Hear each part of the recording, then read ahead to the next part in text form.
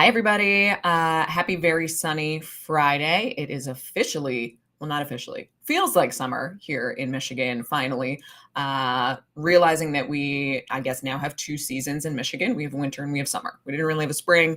Here we are. I am State Senator Mallory McMorrow. Welcome to This Week with Mallory. You can tune in on YouTube, Facebook, LinkedIn, and Twitter.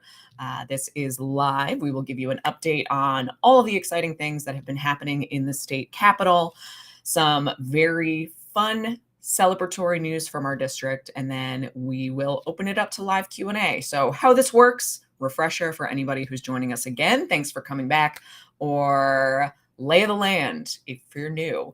You can go ahead and type your questions into the comment section of whatever platform you are joining us on. We just ask that you please include your full name and your city, just in case that information is not obvious by your username, so that we can make sure to address constituent questions first. So welcome from wherever you are joining from. Also, I've seen other people do this in live streams and I really like it. So if you are joining, say hi, just pop in, even if you don't have a question, your name and where you're from, and we will dig right into it, because it's been a few weeks since we have been able to do this with you. And we've got a lot going on. So happy National Nurses Week. We want to start there and just thank all of the nurses for all of the incredible work that you do. Thank you for taking care of us. Thank you for spending so much time with patients. And as a note for National Nurses Week, I am co-sponsoring legislation that will be reintroduced this term by Sylvia Santana for safe patient staffing ratios. We know this is something that the Nurses Association and many nurses have been asking for year after year after year, is making sure that we are protecting the quality of care and also protecting our nurses, so that we have required mandatory limits on how many patients a nurse can see at one time. This is really important, not only to keep nurses in the field, to keep you healthy and happy in your job, but also for protecting patients and patients' quality of care. So more to come, but that legislation will be reintroduced very soon, and hopefully we will get some movement on it this term. It is also Nurses to Teachers. Thank you, Teacher Appreciation Week. Thank you to all of our teachers. I know that it's very strange, and in the best way possible. Many of my teachers growing up now follow our social media channels. I know Mrs. Blanton let me know that there is a group of the White House Elementary Kindergarten teachers who get together and check in on how we're doing here. So hello to any of my teachers and to all of the teachers. You're getting near the end of the year. It has been a wild few years, but thank you for everything that you do, and for all of the paraprofessionals and support staff and everybody who helps make the schools run and help educate and raise really the next generation of kids and Michiganders and Americans. All right, we are going to get into Lansing updates. A lot has been going on in the legislature and want to be able to share those with you. Oh, I tried that. That doesn't work. I'm just trying to see if you're just rolling with me on like playing around with this format so you could see me a little bit more. There, look at that. Oh my gosh, fantastic. All right, so we are going to get into a lot of the work that we have done. One of the most important roles of your state legislature is passing the state budget. This is something that takes up really about half of our year, half of our time, every single year, every single term, is writing and passing the state budget. This is a state of 10 million people. The state budget is everything from our schools to our roads to our water infrastructure to investing in economic development and downtowns and placemaking and affordable housing. And we can go on and on and on and on and on. Military and veterans affairs. So this is the first budget process with the new Democratic majority in the legislature in 40 years. And I'm not going to go line by line and read every single line item of the budget to you, or we would be here all week. And also, I don't think that's a very good way to explore the budget. But I do want to give you some of the highlights, because this was a very unique experience for me, because in my first 4 years, in my first term, I was not directly involved in the budget process. I was not on the appropriations committee, which is the committee that meets and crafts and writes our budget.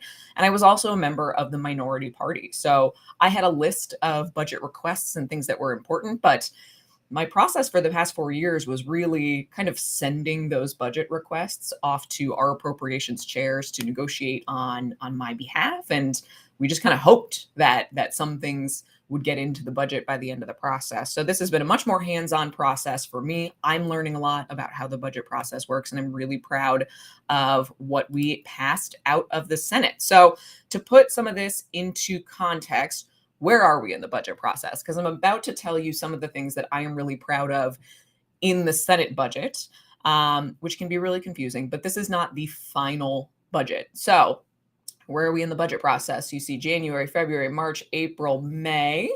So we are right around May, June. So we are right on schedule for kind of where this process is. The budget process starts every year with the governor's State of the State address. You see this in January. This is the speech that kind of lays out thematically what the governor hopes to see in this legislative term. This is her first chance to say these are the things that are important for the state from her perspective.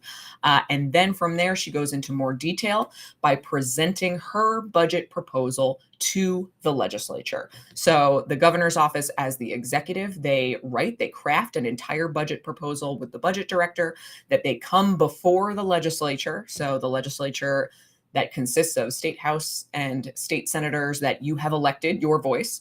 And she presents that. So that gives us in the legislature something to respond to. From there, the State House and the State Senate, there is the Appropriations Committee, and then there are subcommittees. The subcommittees are smaller committees that basically write every single section of the budget. So there is a Department of Labor and Economic Opportunity budget subcommittee. There is a Department of Military and Veterans Affairs subcommittee, DHHS, School Aid Fund, all of the different areas.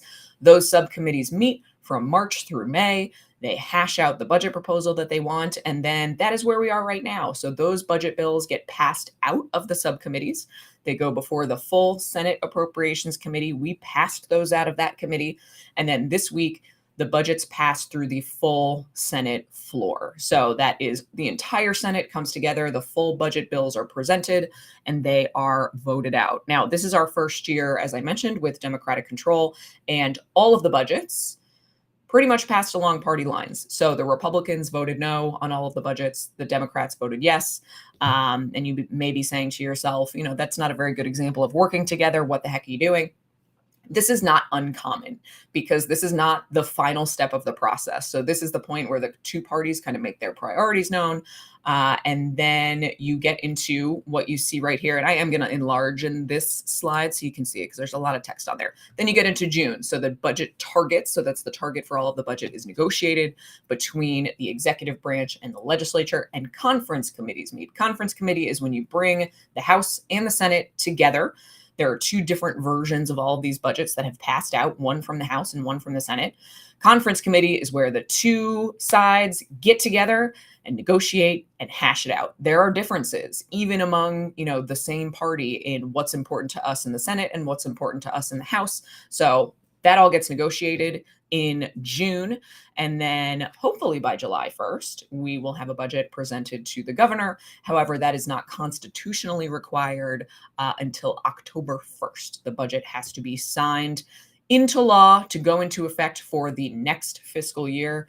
And then we start the process all over again. So we are right around the middle in May, June, and I will share a little bit of what I was excited to see in the Senate budget. So again, these are not permanent, but I do think it is a good indicator of some of the things that are really exciting about what we are proposing in the Senate budgets that will move forward in the process. So a few big highlights. We have expanded free breakfast and lunch in all public schools. It's amazing. We've seen in a few other states do this. I know right here in Oakland County, there was a pilot program for free breakfasts that went really well. I think offering it to every student reduces a lot of the stigma that some students may have around accessing lunch. So this is something that I know a lot of you have reached out about and said, hey, we're seeing, Minnesota do this, and we're seeing other states do this. Can we do it here in Michigan? in our Senate budget proposal, we put it in there, which is really exciting. We also invested in the highest per student funding in state history for the 5th year in a row. And I think that is important because this shows that this is a bipartisan effort. So even between Republican control and now Democratic control, investing in our kids and education is a top priority. It now includes this budget for the first time in state history, full funding allowance for special education. This is something that is huge. We know that it costs more for making sure that our special ed students have what they need to succeed. Every child in Michigan deserves a full education, deserves the right to thrive. And this is getting us closer to making sure that no matter who you are, you have full education funding here in the state.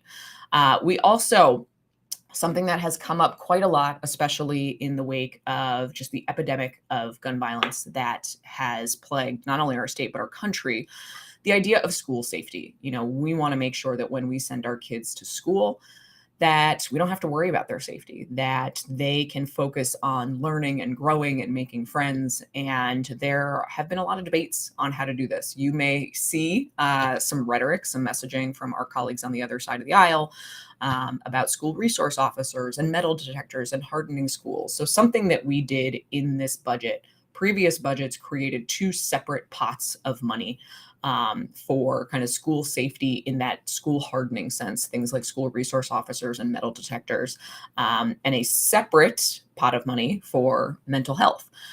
We know that there's a lot of research out there that shows that school hardening can have a negative effect, especially if you do not have any counselors in your schools. This is something that in the wake of the Oxford high school shooting, young people from all around the state came to Lansing specifically to advocate not only for safe storage laws to make sure that firearms cannot get in the hands of kids who should not have them, but for more counselors in schools. The number of kids that I talked to who said, we don't even know if we have a counselor, how to get a hold of them, how to talk to them. I talked to kids who had lost friends to suicide and that this is a huge need. So what we do in this budget is we create a singular pot of money and every district can decide what is right for them. They can invest in more counselors, more mental health resources. They can invest in hardening and safety as they please. Because what we also know is every district is different.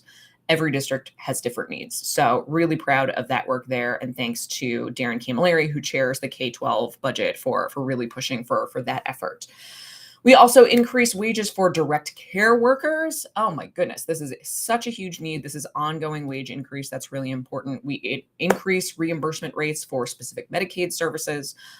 There's more funding for the Michigan Reconnect program. If you don't know what the Michigan Reconnect program is, this is a fantastic program. If you started your college degree and didn't finish it, this happens to so many people. Either it's too expensive, life gets in the way, you have kids, you have a job, you didn't finish. The Michigan Reconnect program allows adults who did not finish their degree to have a tuition-free path to a associate's or a 4-year college degree. It has been wildly successful. What we know right now is that so many good careers and jobs now require some sort of post-secondary degree. It is very much different than what we saw decades ago. The number of really strong middle-class careers that you can get these days without some kind of college education are disappearing. So we want to make sure that everybody has access to that degree that is going to get you the job and the career and the life that you love. But there's been a gap. So the Michigan Reconnect program, you needed to be 25 and up to be eligible previously, but there's a huge gap between 21 and 25, where a lot of people don't finish that degree. Think about the kind of ages where you're typically in community college or college if you're coming right out of high school. If you don't finish, and then you got to wait till you're 25 to get access to this program, we're losing a lot of people in that gap. So our budget expands the Reconnect program to 21 years of eligibility on up. And there are significant investments in EV charging infrastructure and transit. Hello, everybody who has been asking, what about public transit? We heard you loud and clear. There is a $100 million line item in the transportation budget that you will see listed as available for high-speed rail or regional transit. And again, if you think back to the slide that I showed a couple slides ago about where we're at in the budget process, this is just planting a flag that we want to invest in this. It is not specifically for an individual project. I know there was a story in Planet Detroit that ran about the high-speed rail proposal from Detroit to Petoskey. It is not specifically for one project. It is just there as the first step in the process to say, this is important to us, and we finally have to fund it. So that will be part of the conversation moving forward. All right. That's just a few of the highlights in the budget. There is so much more in it. Like I said, we could be here for the next 2 weeks straight just talking about the budget, but I wanted to give you some of the big highlights, and we will keep you posted as the budget process moves forward. Some other things that are important that passed out of the legislature. Michigan joins, I believe, 20 other states in finally passing a distracted driving ban into law. I don't know about you, but I spend a lot of time in my car. I commute from Royal Oak to Lansing 3 days a week, and the number of times that somebody almost T-bones me or sideswipes me, not because they're looking at maps on their phone, but like I have literally seen people like scrolling TikTok while they drive. It's incredibly dangerous. Michigan has already had a bill to ban texting and driving that has been on the books for many years, but that law did not evolve with the advent of smartphones. So while texting and driving is illegal, being on Facebook and driving is not. And, you know, if you're just straight up watching a video while you drive, you are swerving into another lane. It is devastating. There are preventable deaths and accidents that happen all across our state every single year. So this will go into effect on June 30th. And it requires that if you have a phone, if you do not have a car that has kind of the in-dash infotainment system, that you've got, I have a clip here, I don't know why, that you have your phone mounted on a mount. Do not have it in your hand. Make sure you're using Siri or, you know, the text to drive. Plug in your maps before you start driving. Keep it in a mount, because this bill will allow police officers to pull you over if you have a phone in your hand. And that's something that we heard from a lot of law enforcement officers with the previous law, is there was no way to tell if you were texting or, I don't know, scrolling LinkedIn or whatever it is that people were doing. So this will go into effect and certainly save a lot of lives. Senate Bill 219. People don't really know bill numbers. There's thousands of bills that move every single term. So this is just a good reminder, top tip, if you are a constituent and you are reaching out to us to advocate on behalf of a bill, including the bill number is great. Also tell us what the bill is, because I would love to tell you that I have every single bill memorized, but I would be lying to you, and I don't want to do that. So Senate Bill 219, what this is many of you likely experienced throughout the past few years with the COVID-19 pandemic, pharmacies were authorized to administer vaccines. So you could go into your local Walgreens or CVS and get your vaccines there instead of making an appointment at your doctor's office. Senate Bill 219 simply allows pharmacists to continue to be able to administer immunizations and certain diagnostic tests without you needing to go to your doctor's office. So it's something that was a positive during the pandemic that we are continuing just for ease of access to medical care. And then finally, before we get into Q&A, good news from our district. The Clawson School District will be welcoming 4 therapy dogs to campus in September, thanks to a generous grant from Oakland County and a partnership with Mindfulness Therapy Dogs. This is really wonderful, and I can't wait to hear how it goes. It's a big year. Special Olympics. Yay! May 31st through June 2nd, 2023, the State Summer Games will feature an in-person competition at CMU. Special Olympics Michigan will be following the Michigan Department of Health and Human Services guidelines at the events, making sure that everybody can participate safely. And we will be sharing the 2023 State Summer Games schedule shortly. So we had Special Olympics athletes from all around the state come to the state capitol this week and got a chance to meet with a few of them, and was just really, really wonderful. And it's just so thrilling. I know how hard this was over the past few years, as so many events like this, had to be canceled, that Special Olympics is back. And that is so exciting. Finally, good news from the district. Teacher of the Year. I always love Teacher of the Year. It's so exciting. And this year, the Teacher of the Year is a third grade public school teacher from Detroit. So from right here in our neck of the woods, incredible. So congratulations to Candace Jackson, a teacher at DPS, who received the designation during her visit to her school, Man Learning Community in Detroit. So congratulations. The Teacher of the Year program is actually really wonderful because it gives the Teacher of the Year the opportunity for the next year to travel the state, to participate in community events with teachers from all over the state, sharing what they know. It's just a really wonderful program, and we're always proud when it's somebody from our area. So with that, I will go ahead and close out my slides and bring on Emily, my chief of staff, who will moderate Q&A. So friendly reminder, if you weren't watching from the beginning, we are shifting into live Q&A. You can go ahead and ask a question. You can just say hello, no matter what platform you are on, YouTube, Facebook, LinkedIn, Twitter. Go ahead and type a question into the comment section of whatever platform you're watching on, and it will funnel it into us. But please include your full name and the city that you live in. And with that, Emily, welcome. Hello, everybody. So per your suggestion, we got lots of hellos from actually all over the state and also all over the country. So hello, everybody. So far, I see one question from Dr. Gabriella Zanfir Fortuna. Hello, Senator. What is the state of play of a comprehensive data privacy bill in the Michigan legislature? Ooh, that is a great question. To my knowledge, we have not had one introduced yet, and I would be curious to know whether you were referring to medical privacy, privacy records, or are we talking about digital data privacy, our digital lives, all of the information that is out about us, which is something that I am constantly very concerned about. I know that we have seen, particularly with so many of our seniors being taken advantage of with scams and data that's just out there in the world. So we would love to hear from you more directly on what you're advocating for, and we are happy to look into it for you, which is a great reminder to anybody watching. I'm going to see if I can do this on the fly. Let's see if we can do this. I did it. Okay.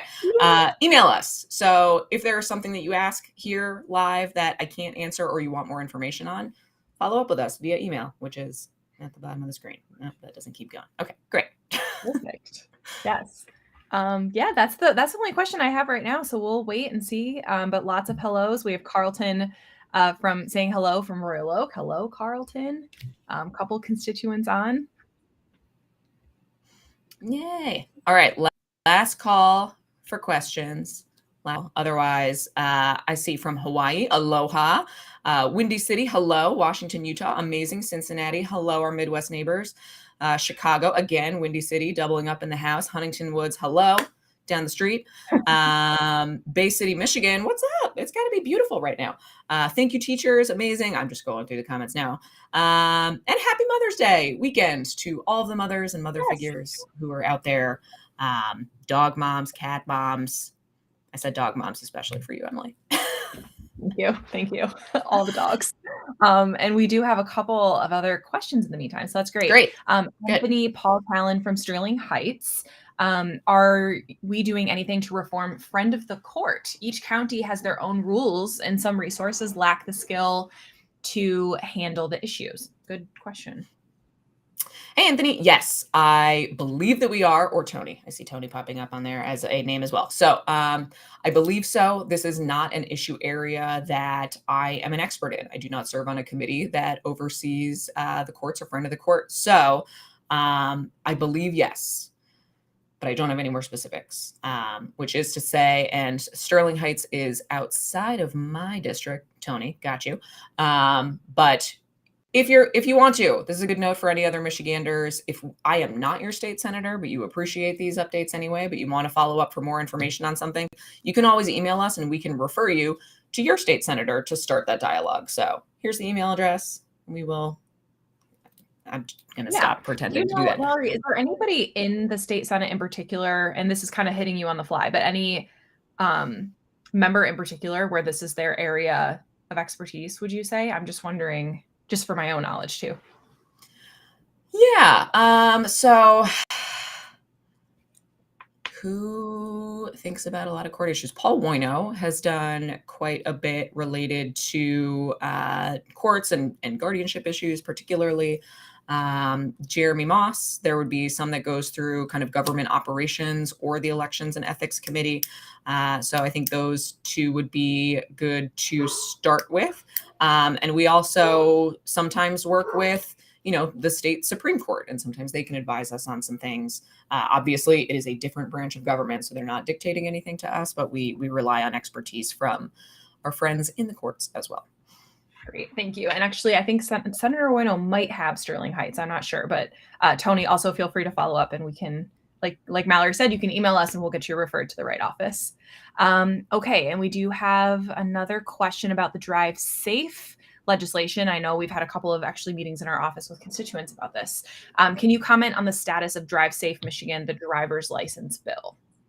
Yeah. So for those who don't know what Drive Safe is, Drive Safe is a package of bills that would allow for residents of Michigan who may be undocumented to get driver's licenses. This is something that we had in Michigan for quite a long time, and previous legislatures took that opportunity away.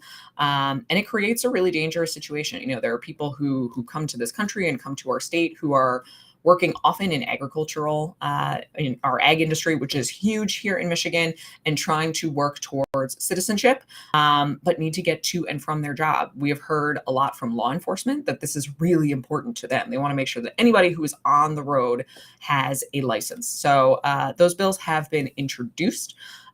We are right now in the midst of the budget process. So as you saw kind of in that long timeline, we had the first sort of 100 days of policy-based legislation.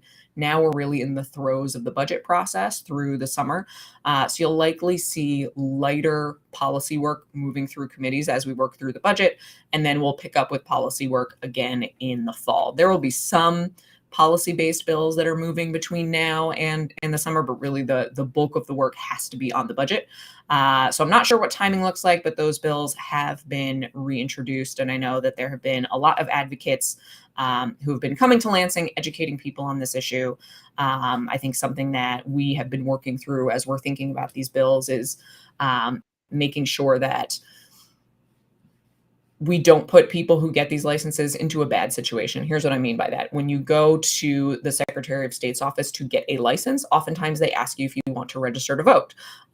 If you are undocumented, you cannot vote, but we want to make sure that we are not putting people in a situation where they may falsely say yes, and then be, potentially in a position where they may have done something that they don't know is illegal. So we're working that out with the Secretary of State's office to make sure that there are kind of clear guidelines about how we would do that, to make sure that this accomplishes the goal of the legislation, which is to make sure that anybody on the road has a license to drive. Great. Thank you. And as of right now, I don't see any other questions.